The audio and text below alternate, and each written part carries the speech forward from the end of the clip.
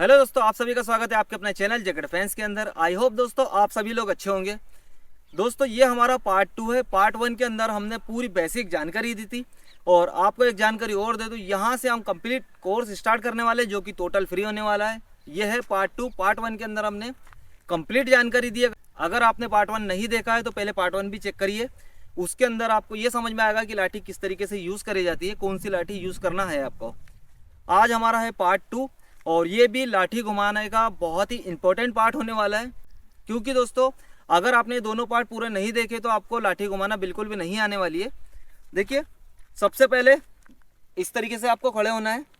एक पैर है पीछे, एक पैर है आगे, इस तरीके से रखना है। दोनों पैर सीधे नहीं रखना है, एक पैर पीछे एक पैर आगे रखना है। ठीक है। आज हम सीखेंगे पेतरे चलना।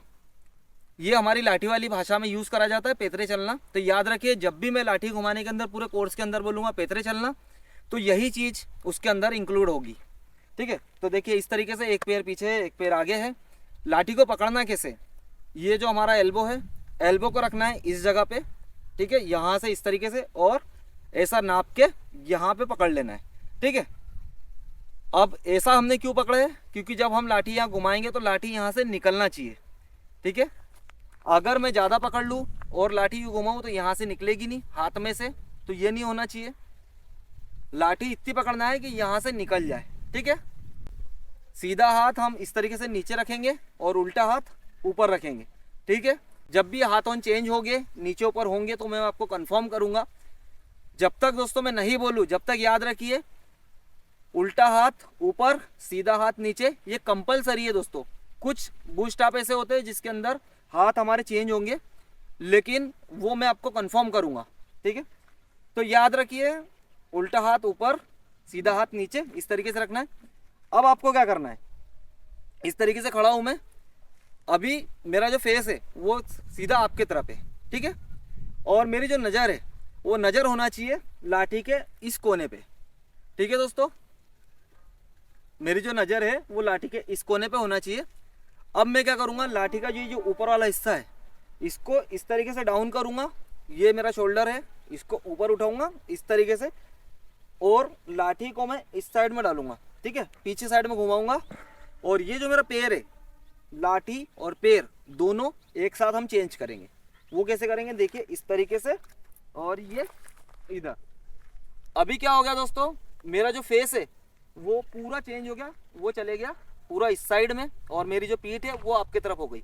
अब हम क्या करेंगे, इस तरीके से ये जो लाठी का इधर वाला हिस्सा है इसको हम इधर साइड में डालेंगे, ये इस तरीके से।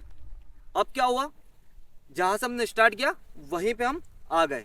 फिर अगेन हम ये एक कदम चलेंगे, फिर ये एक कदम चलेंगे, फिर ये हम एक कदम चलेंगे, फिर ये एक कदम चलेंगे, फिर ये एक कदम चलेंगे।